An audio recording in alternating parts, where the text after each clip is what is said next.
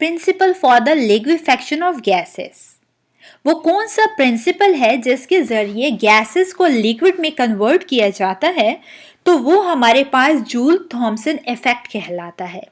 याद रखें कि जूल थॉमसन इफेक्ट बहुत इम्पॉर्टेंट प्रिंसिपल है, क्योंकि आजकल जो हमारे पास एयर कंडीशनर्स हैं, रेफ्रिजरेटर्स हैं, वहाँ टेम्परेचर को ड्रॉप करने के लिए या कूलिंग इफेक्ट के लिए जूल थॉमसन इफेक्ट ही अप्लाई किया जाता है। चलिए स्टडी करते हैं कि ये प्रिंसिपल क्या कहता है। When the highly compressed gas is suddenly allowed to expand, it's cause cooling. आप देख सकते हैं कि यहाँ पर एक सिलेंडर है, एक साइड पर हाई प्रेशर है और दूसरी साइड पर लो प्रेशर है। बीच में यहाँ एक पोरस मटेरियल रखा गया है, मींस यहाँ पर स्मॉल पोर्स हैं जिससे गैस मॉलिक्यूल्स पास होंगे। जहाँ पर हाई प्रेशर है, यहाँ पर इसके अंदर गैस मॉलिक्यूल्स हाई प्रेशर होने की वजह से एक दूसरे के बहुत करीब करीब हैं। यही वजह है कि मैंने यहाँ पर ऊपर लिखा है कंप्रेशन। ठीक है, हाई प्रेशर जब कभी अप्लाई किया जाता है गैस के मॉलिक्यूल्स पे, तो क्या होता है, गैस के मॉलिक्यूल्स एक दूसरे के करीब करीब आ जाते हैं, वो कंप्रेस हो जाते हैं। और याद रखें कि कंप्रेस होने की वजह से गैस के मॉलिक्यूल्स के दरमियान फोर्स ऑफ अट्रैक्शन मौजूद होती है। अब जब ये गैस के मॉलिक्यूल्स को इस पोरस मटेरियल में से पास किया जाता है, वन बाय वन इससे पास हो रहे हैं और दूसरी साइड पर लो प्रेशर रीजन में आ रहे हैं। लो प्रेशर रीजन में गैस के मॉलिक्यूल्स का क्योंकि प्रेशर नहीं है, तो वो आसानी से जो है यहाँ पर लो प्रेशर रीजन में घूमेंगे फिरेंगे, मींस उनकी एवरेज काइनेटिक एनर्जी बढ़ जाएगी। यही वजह है कि यहाँ एक्सपेंशन होगी। एक्सपेंशन मीन एक्सपैंड होना, फैल जाना। ठीक है, तो अब जब गैस के मॉलिक्यूल्स इस पोरस मटेरियल में से निकलेंगे, तो पहले हाई प्रेशर रीजन में इनके दरमियान फोर्स ऑफ अट्रैक्शन मौजूद थी, और जैसे ही लो प्रेशर रीजन में आएंगे तो ये अब क्या करेंगे, अपनी एनर्जी को यूज करेंगे। किस लिए? ताकि वो ओवरकम कर सके इन फोर्स ऑफ अट्रैक्शन को। ठीक है, उनके दरमियान जो अट्रैक्शन है उसको वो खत्म करने के लिए अपनी ही एनर्जी को यूज करेंगे। एज अ रिजल्ट क्या होगा कि इन गैस मॉलिक्यूल्स की एनर्जी कम हो जाएगी और ये कूलिंग इफेक्ट कॉज करेंगे। ये कंप्रेशन और एक्सपेंशन जो है गैस के मॉलिक्यूल्स के, इस प्रोसेस को बार बार रिपीट किया जाता है। एज अ रिजल्ट क्या होता है कि गैस जो है वो लिक्विड में कन्वर्ट हो जाती है। Methods used for the liquefaction of gases. यहाँ पर हम बात करेंगे डिफरेंट मेथड्स की कि जो कि लिक्विफेक्शन ऑफ गैसेस के लिए यूज़ किए जाते हैं, और ये तमाम मेथड बेस करते हैं जूल थॉमसन इफेक्ट पे। फर्स्ट है हमारे पास फेरेडेज मेथड।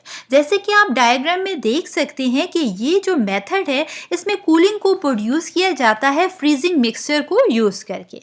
ठीक है, यहाँ पर इस मेथड के ज़रिए सल्फर डाइऑक्साइड, कार्बन डाइऑक्साइड और क्लोरीन जो है हमारे पास, उसको लिक्विफाई किया जाता है इस मेथड को, फेरेडेज मेथड को यूज करके। सेकेंड मेथड जो कि लिक्विफेक्शन ऑफ गैसेस के लिए अप्लाई किया जाता है वो है लिंस मेथड।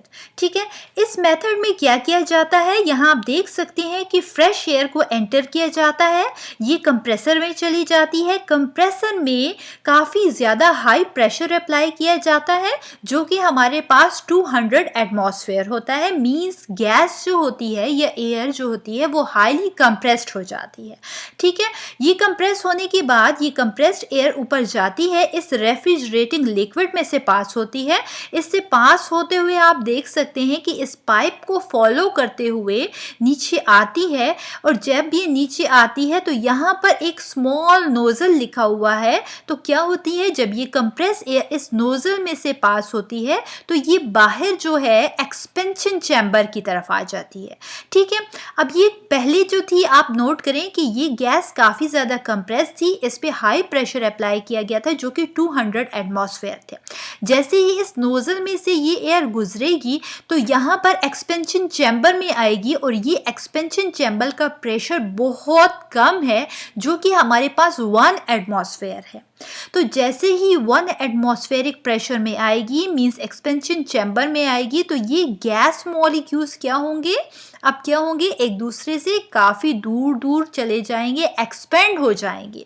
इस एक्सपेंशन की वजह से क्या हो जाएगा, इन गैस के मॉलिक्यूल्स का जो प्रेशर हो, टेम्परेचर जो होगा, एनर्जी जो होगी वो कम हो जाएगी। ये प्रोसेस बार बार रिपीट होगा, मीन्स ये गैस के जो मॉलिक्यूल्स हैं कंप्रेसर में एंटर होंगे, मीन्स कंप्रेस हो जाएंगे, दोबारा से एक्सपेंशन होगी। ये प्रोसेस काफ़ी दफ़ा रिपीट होने के बाद एज अ रिजल्ट गैस जो होगी वो लिक्विड में कन्वर्ट हो जाएगी।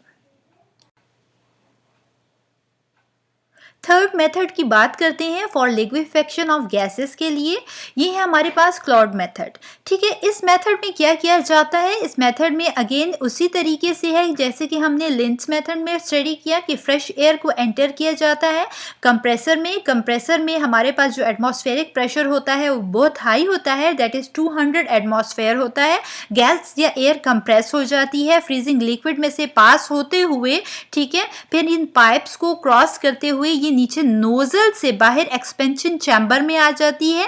एक्सपेंशन चैम्बर का प्रेशर बहुत ज़्यादा कम होता है जो कि 1 एटमॉस्फेयर होता है। यही वजह है जो गैस के मॉलिक्यूल्स यहाँ कूल हो जाते हैं, कूल डाउन हो जाते हैं एक्सपेंशन की वजह से। यहाँ पर एक पॉइंट जो कि नोट करने का है वो ये है कि जो एयर होती है वो एंटर हो जाती है इस पिस्टन में, और यहाँ पर क्या होता है, यहाँ पर एयर अगर आप देखें तो यहाँ लिखा हुआ है air expand and pushes back piston. ठीक है, जो एक्सपेंडेड एयर जो है यहाँ पर जब एंटर होती है तो क्या करती है, पुश करती है पिस्टन को बैक, पीछे की तरफ। ठीक है, तो यहाँ पर अगर आप इस मेथड में देखें तो यहाँ पर मैकेनिकल वर्क हो रहा है। पिस्टन जब बैक की तरफ पुश करता है उसको एयर का प्रेशर, तो यहाँ पर मैकेनिकल वर्क होने की वजह से कूलिंग जो होती है इस मेथड में ज़्यादा होती है as compare to the Lynch method के मुकाबले में। यही वजह है कि यहाँ पर तमाम गैसेस को लिक्विफाई किया जाता है, यहाँ तक कि हाइड्रोजन और हीलियम गैस भी इस क्लॉथ्स मेथड के ज़रिए लिक्विफाई हो सकती हैं, क्योंकि यहाँ पर जो कूलिंग प्रोड्यूस्ड होती है वो बहुत ज़्यादा होती है। इस वीडियो को लाइक करना मत भूलिएगा और शेयर कीजिए अपने तमाम फ्रेंड्स के साथ, और याद रखिए सब्सक्राइब करना मत भूलिए हम सबके चैनल डिजिटल केमिस्ट्री को।